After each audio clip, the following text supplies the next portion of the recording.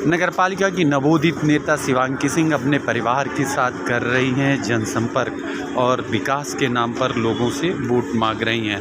उनके साथ में उनकी माता, बड़ी माता और अन्य पारिवारिक सदस्य भी उनके साथ प्रचार में जुटे हुए हैं। शुरू से चल रहे हैं, कुछ दिन ही शेष हैं प्रचार के।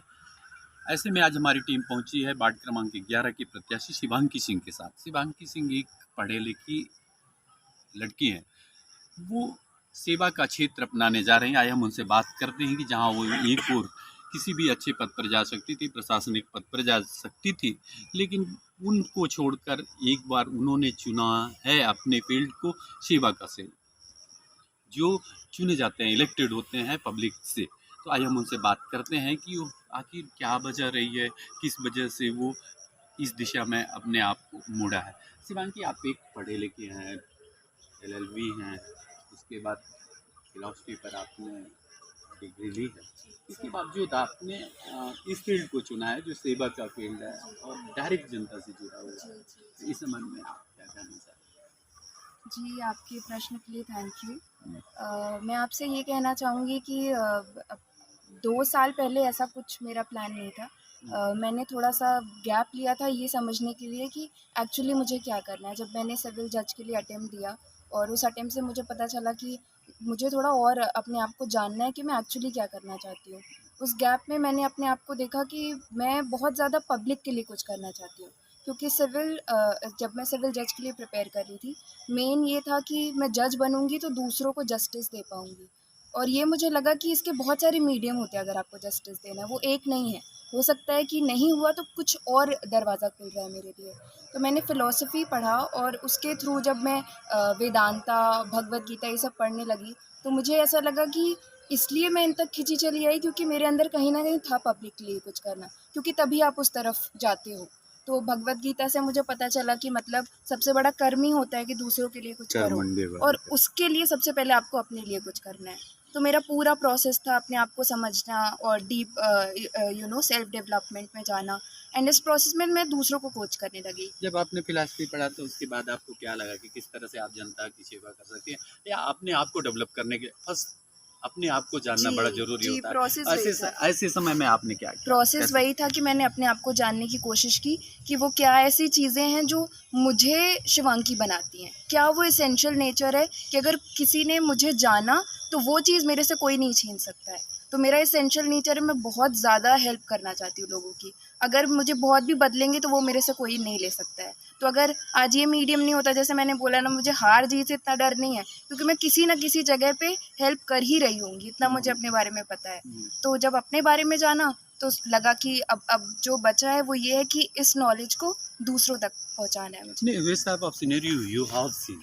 आपने जब बाढ़ का दौरा किया, हाँ। तो किस तरह के सिनेरियो देखा, क्या लोगों की नीड्स हैं, क्या होने चाहिए, क्या नहीं है, जो खासतौर से भारत सरकार की योजनाएं हैं किस तरह से जनता तक पहुंच रही, नहीं पहुंच रही, तो आपका क्या विजन है इस समय? मेरा पर्सनल व्यू यही था कि बेसिक नीड्स भी नहीं है लोगों के पास। जो एक बेसिक नीड होती है, उनको पानी मिलना चाहिए क्योंकि मेरे ही पीछे जो बस्ती है वहाँ मैं घूम रही थी और मैंने उनको बोला कि आप पानी पी लो और वो हैंडपम्प नहीं चल रहा था। उस वक़्त मुझे लगा कि मैं घूम रही हूँ यहाँ पे और जस्ट मेरे पीछे ही मतलब हैंडपम्प नहीं है पानी पीने के लिए। तो वो मुझे एक चीज़ लगी कि पानी तो एक ऐसी चीज़ है जो पहुँचानी ही पहुँचानी है लोगों तक। और भी बहुत सारी चीज़ें हैं, लेकिन पानी हो गया, कचड़े को सँभालना हो गया और कचड़े को मतलब इस तरीके से यूज़ करना कि वो रिसाइकिल हो सके, रीयूज़ हो सके और रिड्यूस किया जा सके, द 3 आर्स। तो वो चीज़ मुझे लगी और मुझे एजुकेशन सिस्टम में बहुत बड़ा चेंज लाना है। वो एक मेरा मतलब काफ़ी मेजर स्टेप रहेगा कि मैं एजुकेशन सिस्टम में कुछ चेंज ला पाऊँ। किस तरह से एजुकेशन सिस्टम में आप चेंज की बातें कर रहे हो? मैं ये बात कर रही हूँ कि सिर्फ एक मैकेनिकल टीचिंग नहीं हो, एक स्किल डेवलपमेंट का कोर्स हो जहाँ पे लोगों को लाइफ रेडी बनाया जाए कि उनको स्किल्स सिखाई जा रही है कि यही बच्चे जॉब कर सके और उनको सेल्फ डेवलपमेंट मिले कि वो आगे चल के अच्छा काम करे, एक अच्छे ह्यूमन बने। तो इस तरीके से ओवरऑल डेवलपमेंट हुए, ये नहीं कि वो सिर्फ मैथ्स में, ज्योग्राफी में और साइंस में अच्छे हैं, उनकी ओवरऑल पूरा करिकुलम जो है उसमें डेवलपमेंट आनी चाहिए। आप राजनीति में आ रहे हो, आपका घराना नगर पालिका क्षेत्र के लिए, नगर पालिका चुनाव के लिए अननोन नहीं है। आप किससे प्रभावित हो? अपने ताऊ जी से प्रभावित होकर, राजनीति में किससे प्रभावित होकर इस दिशा में आए? बिल्कुल बड़े पापा ही बोलूँगी क्योंकि मैंने तो ऐसा देखा था कि वो मेरे बड़े पापा हैं, बहुत अच्छा काम करते हैं, लेकिन मेरा व्यू और ज़्यादा रिस्पेक्ट तब बढ़ी जब मैं हर घर गई और उनका काम कह के मुझे ये बोला जाता था, उनके तरह करोगी तो ज़रूर वोट देंगे। तो उसके बाद तो मतलब डबल हो गई वो रिस्पेक्ट, और ऐसा लगा कि कल भी बड़े पापा ने स्पीच में बोला कि मतलब मेरे काम को आगे बढ़ाना, तो उस चीज़ को मैं आगे बढ़ाना चाहती हूँ।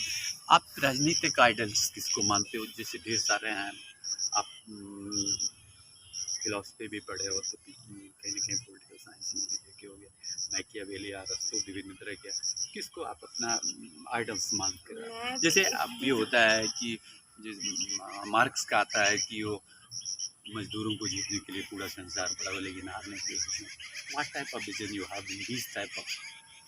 देखिए, मैं तो उन्हीं को देखूंगी जो ऑनेस्टी के साथ काम करते हो, और मैं फिर से यही बोलूँगी कि मेरे मतलब जितने मेरे एरिया में मैंने देखा है वो मेरे बड़े पापा रहे हैं, और उनसे मैं बहुत ज़्यादा इंस्पायर्ड हूँ। तो उनसे इंस्पिरेशन लूँगी और सीखूँगी और उन्हीं की तरह आगे बढ़ूँगी।